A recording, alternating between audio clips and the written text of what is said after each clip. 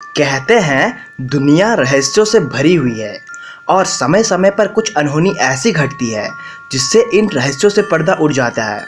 पर कुछ रहस्य ऐसे होते हैं जिनसे पर्दा हटाने की जितनी बार कोशिश हुई है, यह रहस्य और भी गहरा होता चला गया है। ऐसे ही कुछ रहस्य भारत के कुछ किले, मंदिर, खंडहर और महलों में आज भी दबा हुआ है। कहते हैं कई लोग इन स्थानों के रहस्यों को जानने के लिए अपनी जान की बाजी तक लगा चुके हैं और कई लोग तो इन रहस्यों में खुद ही समाकर आज एक रहस्य बन चुके हैं।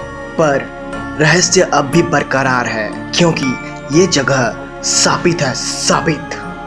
तो आज के वीडियो में हम देखने वाले हैं भारत के 5 ऐसे साबित जगह जहां जाने का मतलब है मौत का नंगा नाच देखना। नंबर 1, भारत ही नहीं बल्कि पूरे एशिया का सबसे साबित और डरावनी जगह भानगढ़ किला, राजस्थान, जिसका नाम सुनने मात्र से रूह कांप जाती है। एक ऐसा किला जिसे आर्कियोलॉजिकल साइंटिस्ट यानी पुरातत्व वैज्ञानिकों ने एबनॉर्मल प्लेस करार दिया है और इस किले के बाहर राज्य सरकार द्वारा एक बोर्ड लगाया गया है जिस पर लिखा है सूर्य उदय से पहले और सूर्यास्त के बाद न तो यहाँ कोई ठहर सकता है और ना ही यहाँ कोई आ सकता है।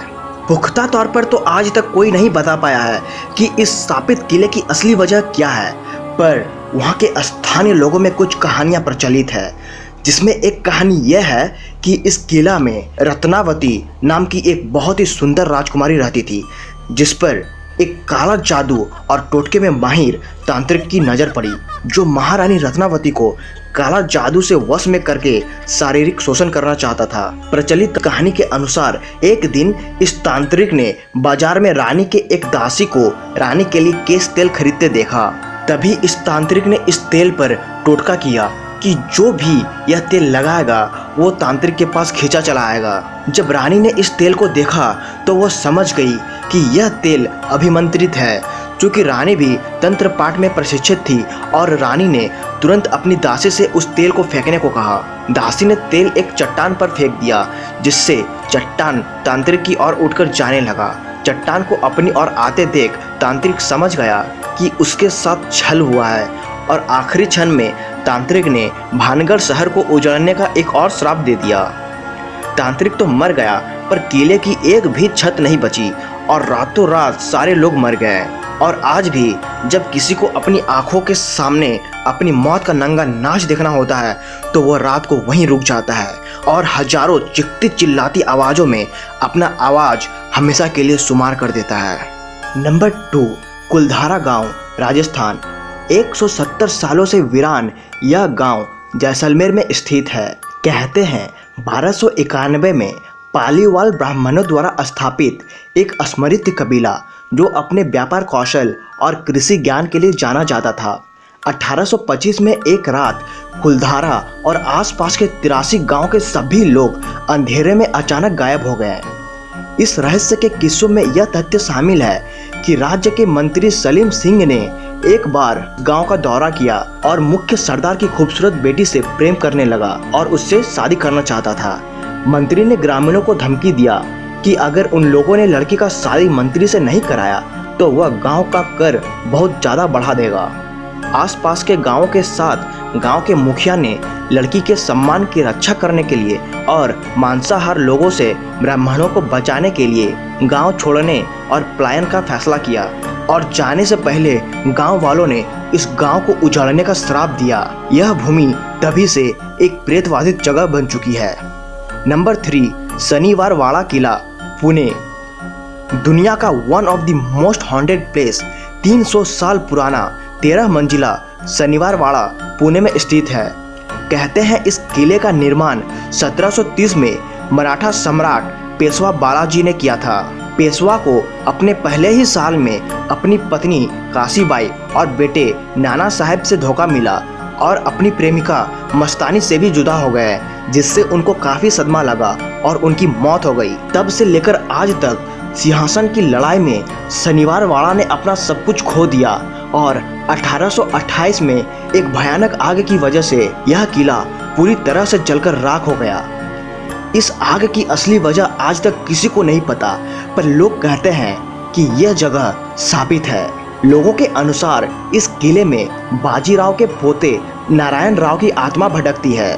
प्रचलित कहानी के अनुसार पेशवा बाजीराव प्रथम के 2 पुत्र थे, बालाजी बाजीराव जो नाना साहेब के नाम से भी जाने जाते हैं और रघुनाथ राव। बाजीराव प्रथम की मृत्यु के उपरांत नाना साहेब पेशवा बने। पेशवा नाना साहेब के 3 पुत्र थे, विश्वराव, महादेवराव, नारायण राव। पानीपत की तीसरी युद्ध में नाना साहेब के प्रथम पुत्र विश्वराव की मृत्यु हो गई। जब नाना साहेब पेशवा की मृत्यु हुई तो उनके द्वितीय पुत्र महादेव राव गद्दी पर बैठे, लेकिन 26 वर्ष की आयु में उनकी मृत्यु हो गई। उनकी मृत्यु के बाद पेशवा नाना साहेब के तीसरे पुत्र नारायण राव को गद्दी पर बैठाया गया। जब नारायण राव गद्दी पर बैठे तब उनकी उम्र मात्र 16 वर्ष थी। 16 वर्ष के बालक नारायण राव का गद्दी पर बैठना उनके काका रघुनाथ राव और काकी आनंदीबाई को खल रहा था। रघुनाथ राव स्वयं पेशवा बनना चाहते थे। वह पहले पेशवा महादेव राव की हत्या के प्रयास कर चुके थे, जिससे नारायण राव वाकिफ थे। इस कारण वे भी अपने काका को पसंद नहीं करते थे और हमेशा शक की दृष्टि से देखते थे। दोनों के रिश्ते तब और बिगड़ गए जब सलाहकारों को भड़काने पर पेशवा नारायण राव ने रघुनाथ राव को अपने घर पर नजरबंद कर दिया। उनकी काकी आनंदीबाई इस बात पर उनसे बहुत नाराज हो गई।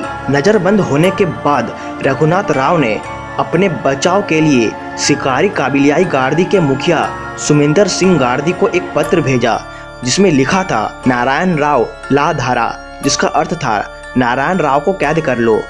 यह पत्र पहले रघुनाथ राव की पत्नी आनंदीबाई के पास पहुंचा और मौका देखते ही उसने घिनौनी चाल चलते हुए उस पत्र के शब्द बदल दिए और नारायण राव ला धारा को नारायण राव ला मारा कर दिया, जिसका अर्थ था नारायण राव को मारो। यह पत्र मिलते ही सुमेंद्र सिंह गार्दी के लोगों ने शनिवार वाड़ा किले पर हमला कर दिया।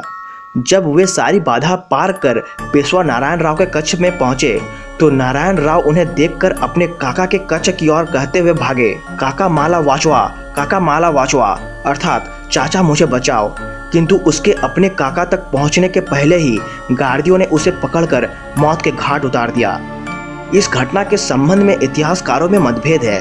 कुछ इतिहासकार उपरोक्त घटना को मानते हैं। कईयों का कहना है कि नारायण राव अपने काका के सामने ही समय को बचाने के लिए याचना करता रहा, किंतु रघुनाथ राव ने कुछ नहीं किया और गार्दियों ने उसे मारकर उसकी लाश के टुकड़े टुकड़े कर नदी में बहा दिए। लोगों का कहना है कि शनिवार वाड़ा में नारायण राव की आत्मा भटकती है और उसके द्वारा कहे गए आखिरी शब्द काका माला वाचवा, काका माला वाचवा आज भी किले में सुनाई पड़ते हैं। इस कारण इस किले को हॉन्टेड माना जाता है। नंबर 4, गुजरात का एक समुद्र तट डुमास बीच।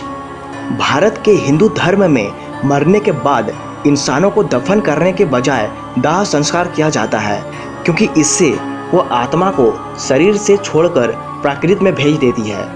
ऐसी ही एक जगह है गुजरात का डुमास बीच। डुमास बीच भारत के गुजरात राज्य में सूरत से 21 किलोमीटर दक्षिण पश्चिम में अरब सागर के किनारे स्थित है।